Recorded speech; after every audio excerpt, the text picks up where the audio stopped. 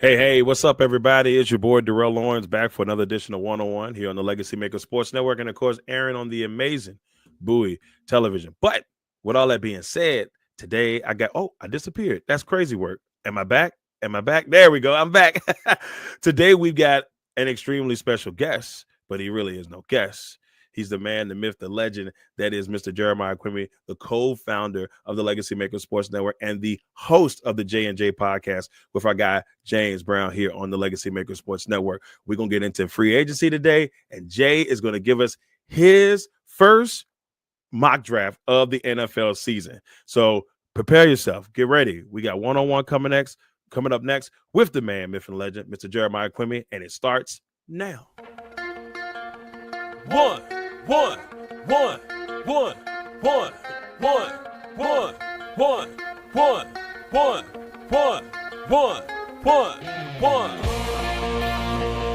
to the one-on-one. When it comes to ratings, man, we number one. I get the truth, then I give them the scoop. If anybody got a question, I give them the proof. Welcome to the one-on-one. When it comes to ratings, man, we number one. I get the truth, then I give them the scoop. If anybody got a question, I give them the proof. Welcome to one-on-one at Legacy Maker Sports Network.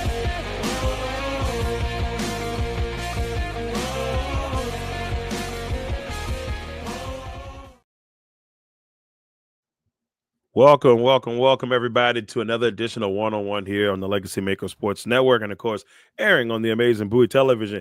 But with that being all said and done, I know it's been a couple weeks, Darrell. Where you been? Sleep, just doing other things, running around like a track star. But hibernating, right? Hibernating is the one. But with me today, I got the man, the myth, and the absolute legend, the co-founder of the Legacy Maker Sports Network and the co-host / main host on J&J podcast with our guy James Brown, Mr. Jeremiah Quimby. What is up, sir? Not much, just living life and ready for draft time. It's starting to creep up on us. Draft time is right around the corner.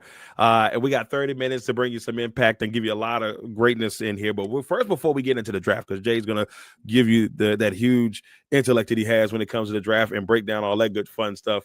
But before we get into that, Jay, kind of want to talk to you about the free agency period that has been going rampant over the last couple of days. We've seen a lot of money tossed around. You know, the salary cap went up, so there's a lot of money that's been tossed out of there and a lot of moving pieces. What are your initial thoughts so far on free agency, what you've seen, all that fun stuff? A lot of teams, brought back some familiar faces.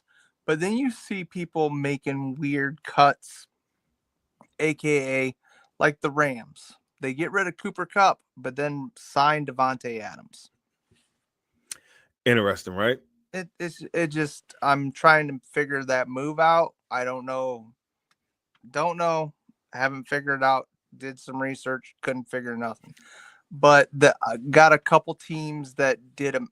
The Bears took and really made it so Caleb Williams can have zero excuses this year. 100%. Yep. And the Commanders, the ownership thing, the fans that we've talked to when we were 100% right. It was ownership. Ownership has stepped in. They have made some amazing moves. The only thing I'm going to question is, they brought in Will Harris, which I don't hate, but I really liked Jeremy Chin there. Yeah, I'm not going to lie to you. I thought Jeremy Chin had a really good year last year with this Commanders team, and he just did some really good stuff for the team. And he got signed pretty quick. Like, it didn't take long. Like, the Raiders jumped on there, gave him some big money, and, I think he'll do really good out there. He'll be a big piece and really help that team come along. But for me, like you said, the Will Harris is a low risk but a solid pickup for them. So I do love the move. But then also you got to think there's a lot of free agents still out there, like great free agents. Steelers made a move, got DK. still don't got nobody to throw the ball to him. Yeah, that's where the fun part's going to kick in, because right now we're kind of waiting to see where it kind of lands, because you have to, everybody's waiting for Aaron Rodgers to see where Russell Wilson will go, and from that point on, Kirk Cousins is kind of right behind him, because we know that Kirk Cousins is a strong chance, almost a 90% chance Kirk Cousins won't be in Atlanta. There's a part that may keep him because they want to make sure they have that security blanket behind Penix, but I don't think they're going to want Penix to have that pressure behind him. They want him to be able to focus ahead of time and focus ahead. So the amount of money for just a backup, it's yeah, and I can't see that happening. I heard a couple of scenarios earlier where they were talking about how they can move the money and it doesn't hurt them. They're going to take like at least a $28 million like cap hit, depending on how they do it. So if they can trade him, they may like kind of dangle him out there and maybe trade him for like a 7th round pick just to get something in return. They said that if they do it right, it can balance based off of what the pick would have to get paid and what he would have got paid, and they only end up being like 25 or whatever. It's going to be interesting because you see how like the quarterbacks are kind of that domino of places that need quarterbacks: the Browns, the Titans, the Giants. There's another team out there that needs a quarterback. We were talking about them at one point, but there's multiple teams that need that. And so it's going to be interesting to see how the dominoes fall. Because, when it comes to Kirk Cousins, the one place that I think he would be great in, even though they traded all their wide receivers, is the 49ers. I know that Brock Purdy has done good, but, who was the OC when Cousins came in to the league and really shined behind RG3? Shanahan. Yeah. And now he's the head coach. That would be a perfect setting for him. But they still have Ayuk, and we got some talent in this. I mean, it's not as deep as it's been in past years, wide receiver wise. But I mean, Puka Nacua really showed you can find gems in the 5th round. So the other spot that I think Kirk Cousins, that a lot of people think they think Cleveland because of him and the Stefanski connection that they had at some point. Because I think Stefanski was his offensive coordinator in Minnesota for that little period of time when he was like hot. That could make sense to me too. But how could you imagine having that much money built into quarterbacks if you can't get rid of Deshaun Watson? It's a lot of money to get built into quarterbacks. So the quarterback domino will be interesting. Unless you can find a team that's kind of like Brock Osweiler. Remember when they traded him and got somebody to take all his money? Right. Wasn't that Cleveland? Yes, that was Cleveland. Hey, Cleveland just don't be caring. And they went and they signed Myles Garrett back. And after a while, I started thinking, I said, did Myles Garrett punk Cleveland into giving him this contract? Like, we're not going to get rid of him. And then they paid him all this money. Like, don't get me wrong, Myles Garrett deserves every bit of his money. $40 million a year. But how much more money can y'all give out? How much money do y'all got in Cleveland? That's the question. Crazy, because you look at the medium at all the places, and it's insane what people, what players are making per year. Because I think it's 25 million is like the bottom line for a starting quarterback. Yeah, because Justin got 20? Yeah. He got pretty much like 20 the way they set him up. So that's crazy that 20 million is the median for the QB. What does he got in incentives though? That's the other thing. That is the other part. So let me ask you, you've seen a lot of, like I said, obviously great moves, but there are any particular moves that you said, man, this one is going to change this franchise, or like ones that you really like so far? I absolutely loved, didn't like it for the people that traded him, but loved the Commanders getting Laramie Tunsil. Isn't that a great move? And I don't think nobody saw that coming. I mean, I think people may have thought, okay, well, they definitely need help at the tackle. But when it happened, I'm like, oh, wow.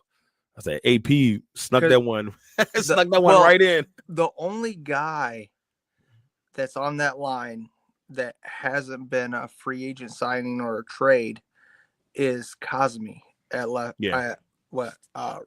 Yeah, left guard, I believe, right? Yeah. I think. Yeah, don't get me lying, but I know he plays guard. I think it's Yeah. left guard. Though. I think it's left guard. And so for me, it's they want to take care of their quarterback, Right. and that is great. And they brought in Debo Samuels. As Yep. long, he reminds me a little bit of the way he plays and the way he gets hurt of Curtis Samuel, but we'll see. Only time will tell. They brought back Ertz, which I thought was great because they need that leadership from him. I'm excited because I believe this team is ready to take the next leap, and maybe Super Bowl. Yeah, Who it looks knows? definitely a tougher schedule next year. Their schedule is brutal on paper. But AFC West, NFC North. It's going to be really tough. But if they can get through this year, then I think they're really on the up and up for the next 5 or 10 years to come. they draft right, and I mean they had some trade away that first round pick. Stop drafting in the first round because your first rounds you've been letting go. The last 3? Yeah, I don't think they got any other than Daniels. Davis is gone. Dotson is gone. Young is gone. So yeah, they're all and Young he signed back with the Saints, but the corner I can't remember his name. And Forbes. They're all gone. They're all gone. All first round picks out of here. Every single one. You can't stay here. You got to go somewhere else. Besides that, I really love absolutely the Tunsil coming in. Just solidifies in my mind that side, and it gives Daniels a little bit more time to show that arm talent that we know he's got, and he doesn't have to run for his life so much, if that makes sense. Yeah, and it does. It really does. I think it's going to really set them up for the long term. I have a lot of faith in Adam Peters as a general manager, but it's starting to look like Adam Peters was the real reason why the San Francisco 49ers were as good as drafting people as they were. And I think they heard the day he left. Like even I think when we were at the Super Bowl that year, and we asked Shanahan about AP, and he just was like hurt. You can see it in his he was like he's going to be great there. Like you can see the hurt because they know what they're losing, and so he's been amazing there. Another interesting thing, I saw this and I'm connecting all the dots. A lot of Ohio State players moving to the Jets. And I saw Myers. I didn't realize Myers was also over there. So you bring back a guy who was Justin Fields' center. So that gives you some comfortableness there. You got your receiver out on the side. And like you said, you got the tight end. So like they're kind of building Ohio State U up there in the Jets. You a Jets fan now? No. Like you're a Jets fan now? I love my Ohio State players, but no, I don't want to be a Jets fan because for the last 20, 30 years, they've just been suffering bad. And I don't want to be like that. I like my Bucks, and I'm going to stick with it. It's like, I like them, and I'm just going to stick by them. They my team. I will stick right by them. I like what Peters has done for the Commanders, but Light is a man that is great with the numbers and moving stuff around. We brought back David and Godwin. Yeah, the Godwin one at first was a little bit of surprise for me. I thought that he might run away this year. I thought that the way they were talking midseason after the injury, they were making it sound like they were done with him because McMillan had started to rise. McMillan had a really good season, as a rookie, and I'm like, they're probably going to let my man go. And I thought he was going to be a nice little pickup for somebody on the market, but you guys were able to get him back. I know what you were thinking. Look, I know he wasn't coming to Green Bay. He's not coming to Green Bay. It's too cold up there. We got to get a cold weather receiver up there, man. The other good thing about Florida is it's the taxes. Yes, you don't have to pay taxes. Yeah. So, but I watched his press conference. It was all about his friends, and he enjoyed coming to work. He didn't want to go to a place that he didn't enjoy. Which makes sense. It makes complete sense. And it goes back to the ownership, like we heard from players before about Snyder. And that'll be the fun part, the Commanders went through so much. and you can definitely tell like the culture changes. So we always talk. The culture change was such a flip. We used to talk about all the time about how like if they can just figure out the culture, they're gonna be all right.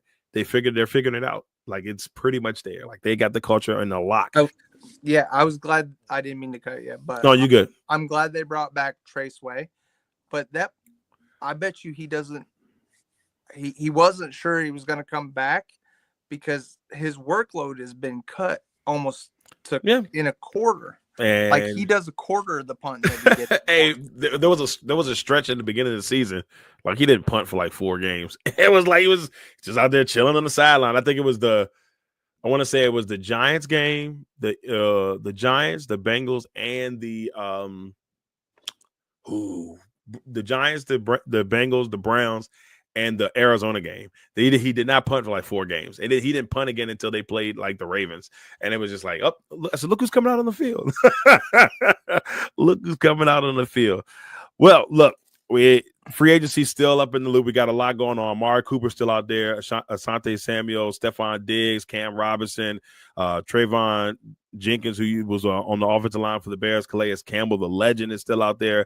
Mekhi Becton, who had a really good season with the Eagles, and really did some good things as a guard. Jameis Winston is still out there. He's somebody. There's been talk that he could go to the Browns.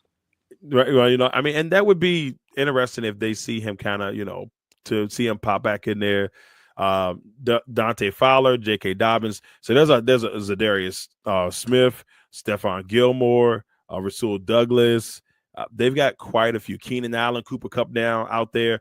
They've got a lot of good pieces. Asante Samuel Jr. is the one that's got me scratching my head that he's still available. Yeah, I don't think it's going to be too much longer. I think by the end of the week, he's got to be gone, if not sometime tonight or tomorrow.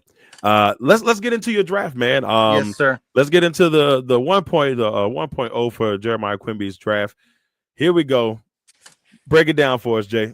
All right. So I went with Carter first just because he did his visit with the Titans, and literally the same day he did his visit, they released Landry. So I really think even if he's got to have something done, he is an elite pass rusher. The Browns, everybody thought, quarterback. When they redid the contract with Watson, I really feel that they're going to go with best player available, which is Travis Hunter. And they see him as both wide receiver and corner, which both of them they need. And if they get this, they can trade Greg Newsome because he's got a lot of cap hit, and it'll give him a little wiggle room to do other stuff. The Giants, they have one quarterback right now, and that's Mr. DeVito. I'm probably chopping it up. I don't know. No, that's about right. Matilda's dad. Matilda's dad, right? Matilda's dad, yeah. But, Cam Ward is probably, in my mind, he interviewed great. He threw pretty good at the combine. We got to see what his pro day looks like, but I really think he's going to be the number one quarterback to come off the board. And then, with the Patriots, they loaded up defensively in the free agency. And they need to get Drake May a number one wide receiver. That was the big thing that they were trying to get in free agency. It didn't happen. They didn't get who they wanted or were looking for, which nobody knows. So I went with McMillan. A lot of people compare him to a little bit skinnier Mike Evans. And if he can have that type of career, he's a steal at 4, honestly.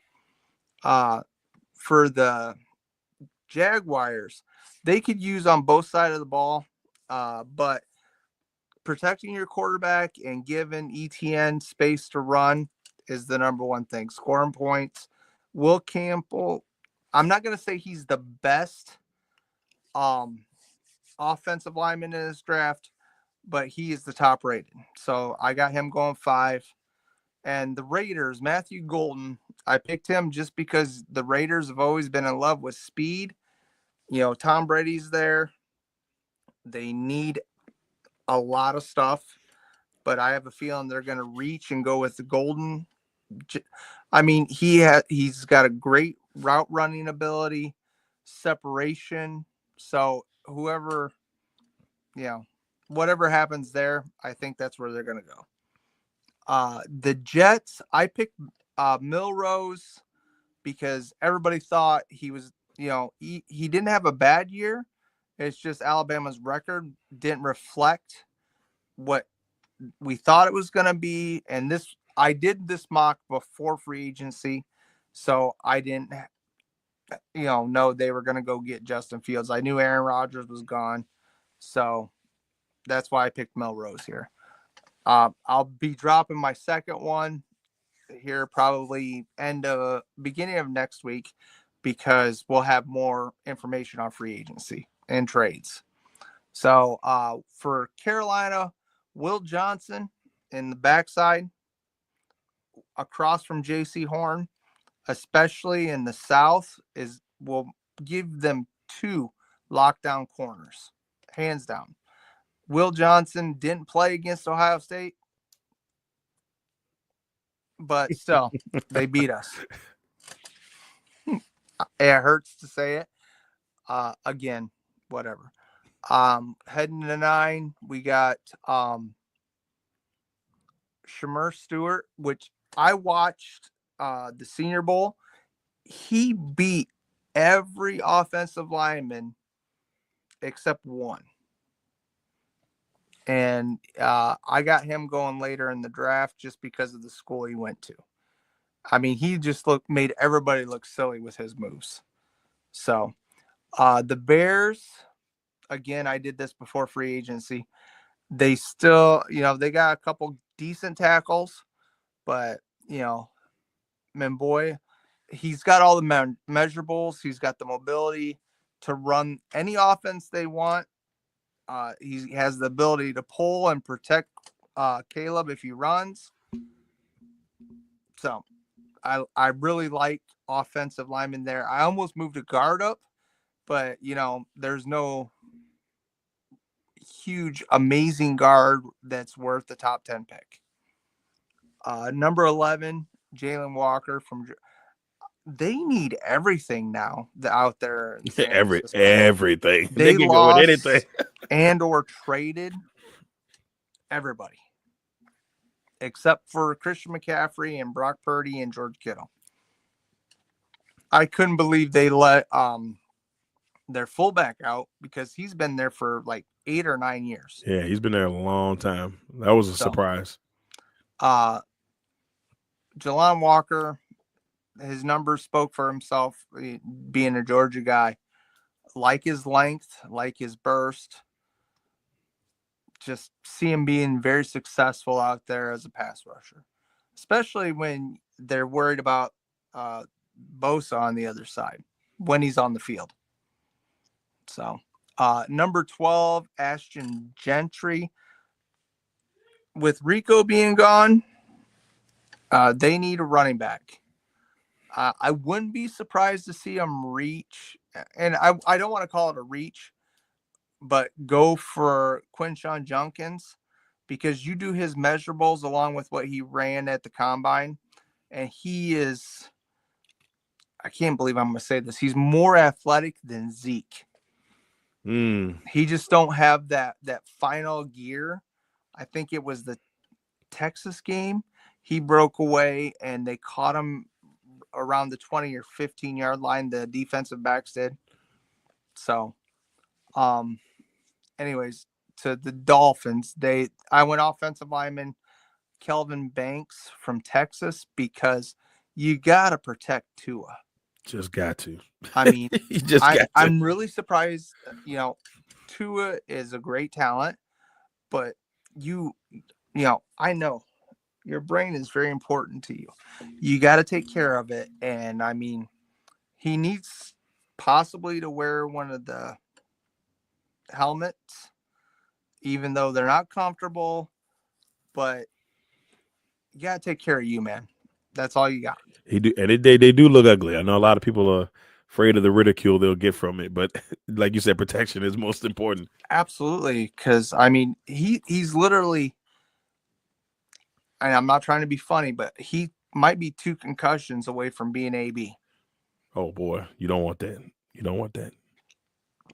So at 14, I went with Tyler Warren because it'll give Richardson that solid tight end when his wide receivers are not able to get open to drop it off to. And Warren is a monster. I watched him.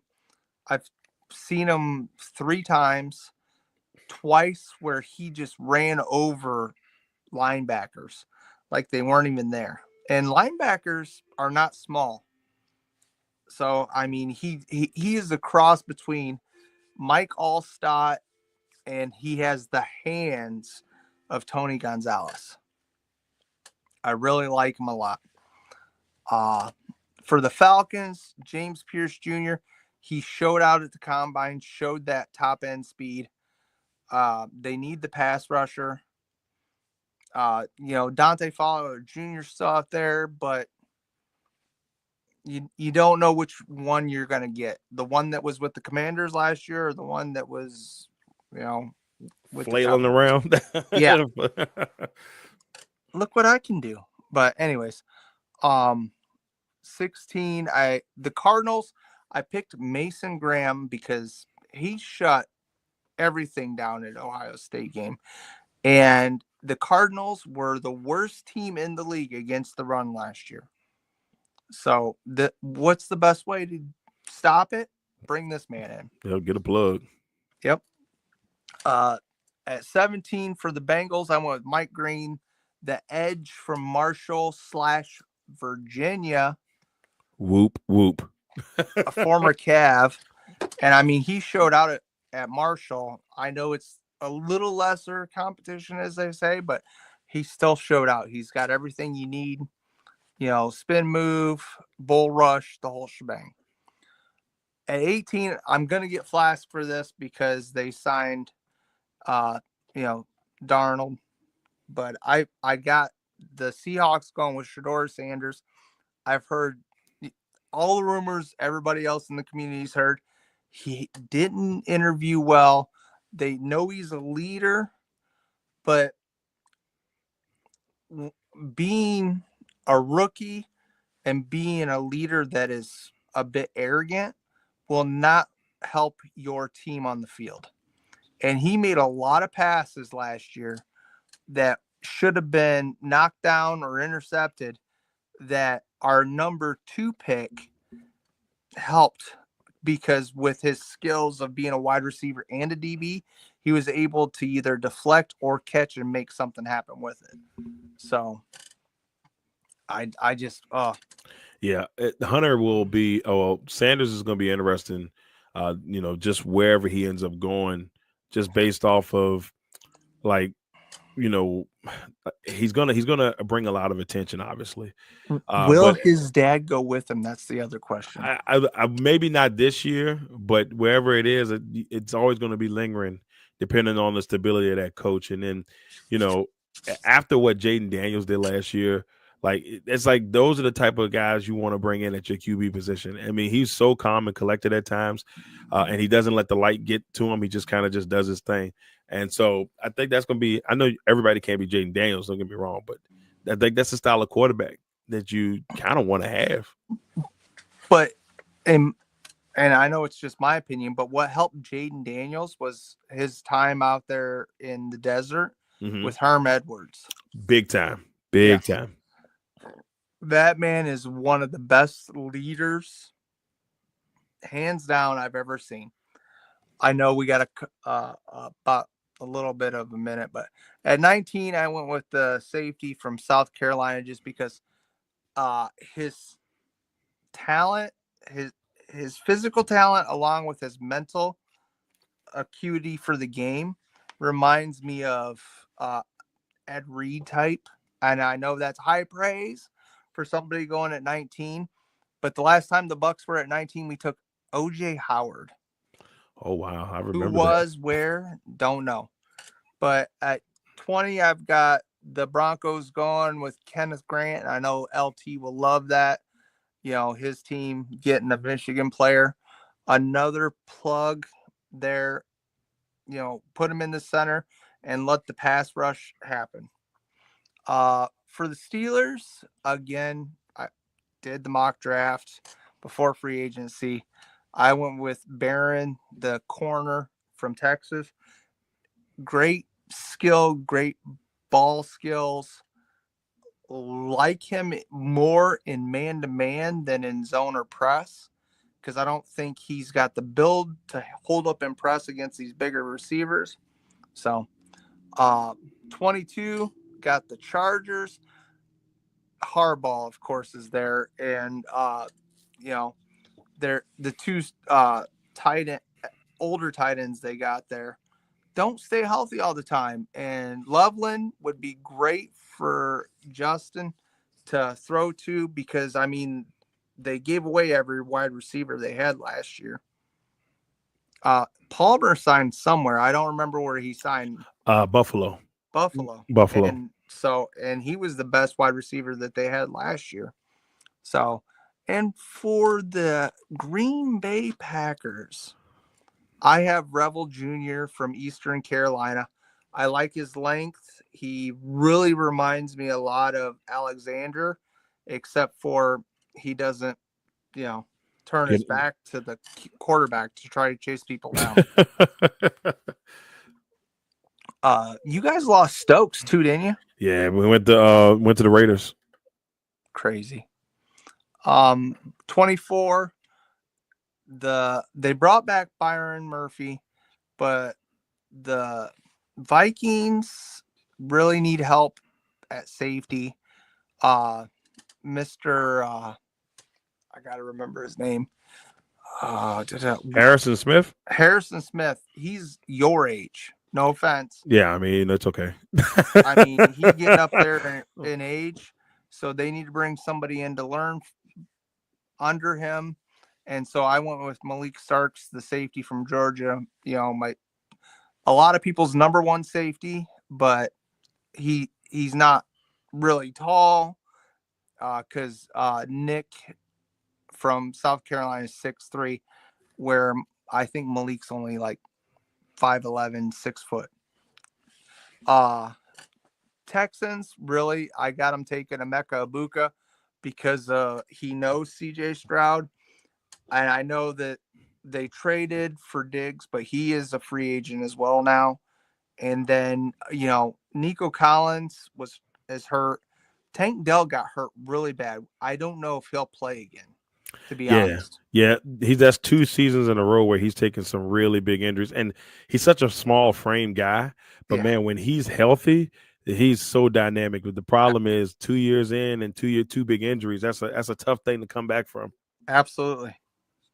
Well, he called Chris Godwin and said, "Hey, bro, how do I do this?"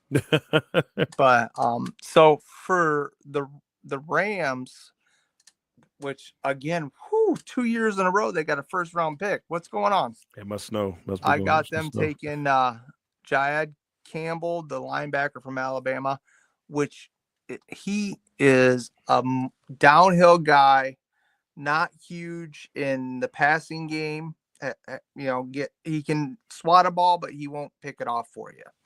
So I see him, with Jared Verse, they will stop a running game hands.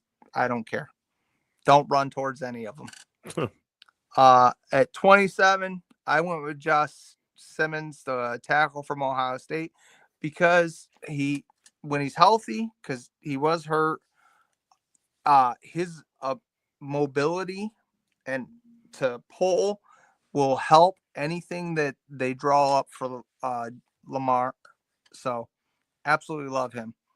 28, Walton Nolan, defensive tackle. Comparison wise, I compare him to Mason Graham without the platform in which Graham had. He's a very, very good steamroller. He will move the center of the line back, make people uncomfortable. And that is something that desperately the Lions need because they have the secondary to cover. And with that, it'll allow more sacks to happen. At 27, did I pick John? How the hell? Sorry. Didn't mean to say that. How the heck did I pick Josh Simmons twice? Did you Oh, pick him twice? No. It doubled up. You're Yo, fired. that's my fault. That's completely on me, y'all. That's completely on me. It was completely on me. But anyways, we're at 29, and I got Malik Williams. That's the one thing the Commanders really haven't addressed because they didn't bring Dante Fowler Jr. back, their best pass rusher from last year, and they haven't brought one in. I really thought before Joey Bosa went to the Bills, he was going to end up a Commander, and that would have the fans would have went crazy and loved it. But Malik, they just haven't done great drafting first round at rushers. But Malik Williams would be interesting, especially there. Let's see. 30, Luther Burden, wide receiver from Missouri, flat out speed. Josh Allen needs wide receivers because our guy, I can't remember his name, the dude that loves to go barefoot, Mac Hollins is now with the Patriots. Yeah. 31. The Eagles taught us anything in the Super Bowl, you got to keep Patrick Mahomes upright and give him a chance to throw the ball to somebody. And so Gray Zabel, the guard from North Dakota State, had a great combine, Senior Bowl, the whole shebang. The small school guy, he is really a monster. He is a guy. He will get pancakes. 10-1, he will be a Pro Bowler next year. And with the Super Bowl champion Eagles. There it is. I had to say it for Ty. I got them taking Tyler Booker just to add a little youth to the line. Not that everybody's old, but Lane Johnson's way up there. Jason Peters finally retired at the age of 72. I mean, it was a lengthy 45-year career for Jason Peters. I mean, he's been around a long time. Kudos to him. Yeah. Because the only person I think that I can remember from that played that long at that position, was Whitworth. That or Jackie Slater. Like, Slater played like 20 years in the league and exactly and on the line. That's a hard thing to do for somebody who gets beat up at that position. So, I mean, kudos to him for finally retiring. But I mean, it's one of those need things, but they also need pass rusher. I was happy for them that they were able to bring back Braun because he really solidified himself as an all-pro linebacker there. And, I mean, I do it all. He was intercepted passes, sacking quarterbacks. Again, the Eagles, the first game against the Eagles and the Commanders, everybody needs to be watching that because that will be a possibility of who's going to be in the Super Bowl for the NFC. It's going to be a dogfight. It's going to be a dogfight. I mean, they battled in 3 games. I mean, that last one was a little rough, but those first 2 games were battles. They were battles. The Eagles they definitely wanted to prove a point in that last one, and I think the Commanders have a sour taste in their mouth. It's crazy to talk about the Commanders as a contender. Got to get kind of used to that.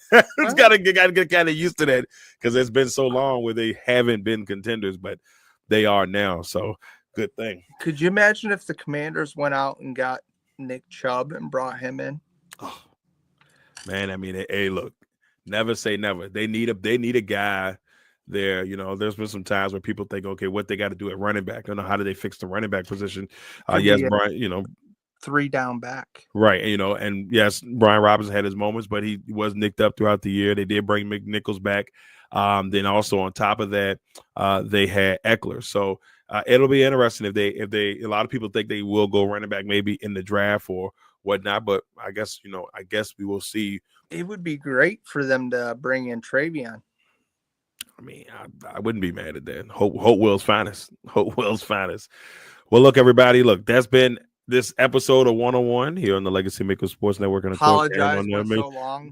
No, it's all good. It's all good. Look, glad to have Jay on to give us this mock draft. You know, he's gonna come back on, give us some mock drafts before we hit the big mock draft that we always do, and then of course right before the draft. Jay, once again, man, thank you for coming on. I appreciate you having me on. It's been an absolute honor to have you back on, brother. Look, everybody, y'all make sure y'all check out the Jay and Jay podcast from my man Jay Quimby and of course my man James Brown. They're gonna be bringing heat. Y'all make sure y'all check them out. It's going down. All right. Look, thank y'all all for tuning in for episode 161 of 101 here on the Legacy Maker Sports Network and Bowie Television.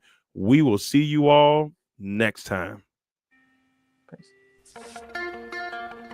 One.